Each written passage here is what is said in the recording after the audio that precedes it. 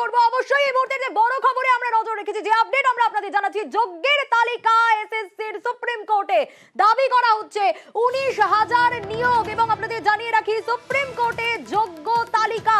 আর এখান থেকেই নানা প্রশ্ন সামনে আসছে। 19,000 নিয়োগ যোগ্য আদালতে মামলা সত্ত্বেও কেন অতিরিক্ত শূন্য রাজ্যের আইনজীবীকে প্রশ্ন প্রধান বিচারপতির তরফ থেকে এই শূন্য পদ নিয়ে। আর অর্ণব আমাদের প্রতিনিধি রয়েছেন আমাদের সঙ্গে। অর্ণব, স্বাভাবিকভাবেই এই প্রশ্নটা উঠে আসছে যে যদি যোগ্য আর অযোগ্য এটা বিভক্ত হয়ে যায়, এই ডিফারেন্সিয়েশনটা হয়, তাহলে খুব স্বাভাবিকভাবেই তো একটা ফয়সালা হবে।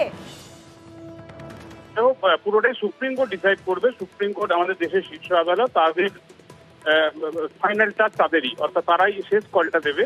এবং এক্ষেত্রে যোগ্য অযোগ্যের তালিকা জানার পরও যে নতুন বিতর্কটা যে সামনে এলো, এসএসসি যোগ্যদের তালিকা দিল, যোগ্যরা যারা চাকরি হারিয়েছেন তারা প্রত্যেকে আশা করছেন এসএসসি সুপ্রিম কোর্টে বলুক। এসএসসি বলেছে যোগ্যদের জন্য, এবং 19,000-এর কাছাকাছি এই যোগ্যের তালিকায় রয়েছে জেনুইন ক্যান্ডিডেট, এই কথাটা কোটান বলা হয়েছে। কিন্তু এর অর্থ প্রায় 5,500 তারা কিন্তু অযোগ্য, বেআইনি।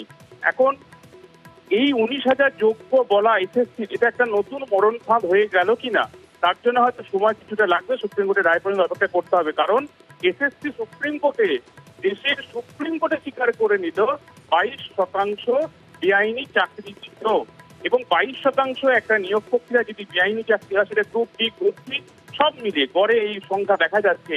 তাহলে সেই নিয়োগ প্রক্রিয়াকে কি দেশের শীর্ষ আদালত বাধ্যতামূলক বা সেটাকে বৈধতা দেবে? কারণ আগামী দিনে অন্য কোনো জায়গায়, অন্য কোনো সরকারের কোনো অটোনোমাস আর্টিকেল 12 বডি, তারাও হয়তো বলবে যে 20 বা 22% পর্যন্ত যদি বেআইনি নিয়োগ হয়, সুপ্রিম কোর্ট তো মান্যতা দিয়েছে। কাজে এই জায়গা থেকে যোগ্য অযোগ্যের যে বিচারটা, দ্বন্দ্বটা আপাতত এসএসসি কিছুটা পরিষ্কার করেছে, কিন্তু এই পরিষ্কার করা দ্বন্দ্ব কাটানোর পর সুপ্রিম কোর্ট তার বিচার বিচক্ষণতা বিবেচনার মধ্যে দিয়ে ফাইনাল ভার্ডিক্টটা দেবে।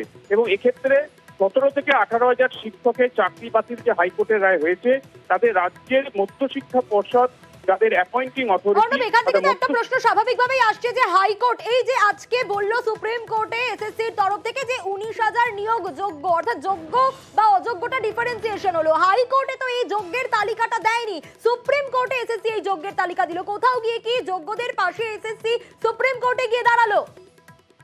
দেখো, এখনো পর্যন্ত সুপ্রিম কোর্টে এসএসসি কোনো যোগ্যের তালিকা নাম ধরে দেয়নি।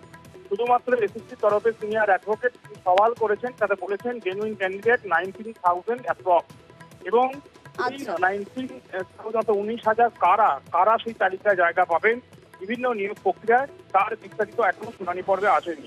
তবে এসএসসি যেহেতু বলেছে, নিশ্চিতভাবে তাদের কাছে কোনো ডকুমেন্টের আধারের উপর বলছেন। তবে সুপ্রিম কোর্টের আজ প্রধান বিচারপতি আরো একটা গুরুত্বপূর্ণ মন্তব্য করেছেন, এবং তিনি বলেছেন, এক, যে ওএমআর মূল্যায়নকারী সংস্থা যাকে টেন্ডার দিয়েছে সেই টেন্ডার প্রপার হয়নি। তৃতীয় এক পক্ষ, তারা এসএসসি অফিসে ঢুকে তারা স্ক্যানিং এর টেকনোলজি করছে, এবং এই থার্ড এজেন্সির কাছ থেকে যদি ওএমআর এর কপি পাওয়া যায়, সেটা স্ক্যান বা পিডিএফ যে কোনো ফরম্যাটে, তাহলে সেটা কনফিডেন্সিয়ালিটি প্রশ্নে যে সরকারি চাকরি, সেটা আরো মারাত্মক একটা ব্যাপার। এবং বেশ অর্ণব, একেবারে। আর এখান থেকে খুব স্বাভাবিকভাবে যাদের চাকরি গেল তাদের কথা তো কোথাও গিয়ে শুনতেই হবে, কারণ তারাই তো এখানে মেন। তারা কি বলছেন? কারণ একটা রায়, আর সেই রায়ে এতগুলো মানুষ চাকরি হারা হয়েছে, এতগুলো শিক্ষক। আমরা নজর রাখবো। সার্নিক আমাদের প্রতিনিধি রয়েছেন আমাদের সঙ্গে, সার্নিকের কাছেই যাবো। সার্নিক, চাকরি হারারা সব থেকে এই জায়গা থেকে দাঁড়িয়ে তাদের বক্তব্যটাই কিন্তু সব থেকে মেন। তারা কিভাবে দেখছেন, তারা কি বলছেন, তাদের কথা একটু শুনতে চাইবো সার্নিক তোমার মাধ্যমেই।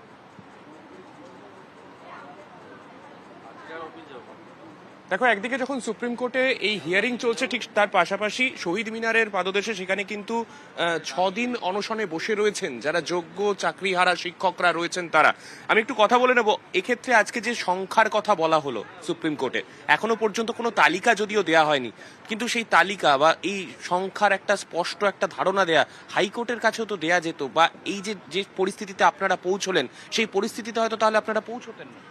হ্যাঁ, আমরা তো সে কথাই বলছি। আমরা বারবার বলেছি যে এই যে আজকে সুপ্রিম কোর্টের কাছে এসএসসি বুঝতে পেরেছে যে চালাকিটা হাইকোর্টে 12 বার করেছে, মানে হাইকোর্ট 12 বার এই এসএসসিকে বলেছে যে ওই যে 17 রকমের দুর্নীতি আপনারা করে, ওই যে আপনার নেতামন্ত্রীরা, মুখ্যমন্ত্রী, আপনারা যে চাকরিটা বিক্রি করেছেন, সেই দুর্নীতির সুবিধা পেয়ে সুপ্রিম কোর্ট যেটা বলেছে, কারা মাস্টারমশাই হয়েছে, গ্রুপ সি গ্রুপ ডি হয়েছে, তাদের লিস্ট দিন, আর কারা যোগ্য নিজের মেধায় চাকরি পেয়েছে সেই সাধারণ ঘরের পশ্চিমবাংলার ছেলেমেয়েরা তাদেরও লিস্ট দিন।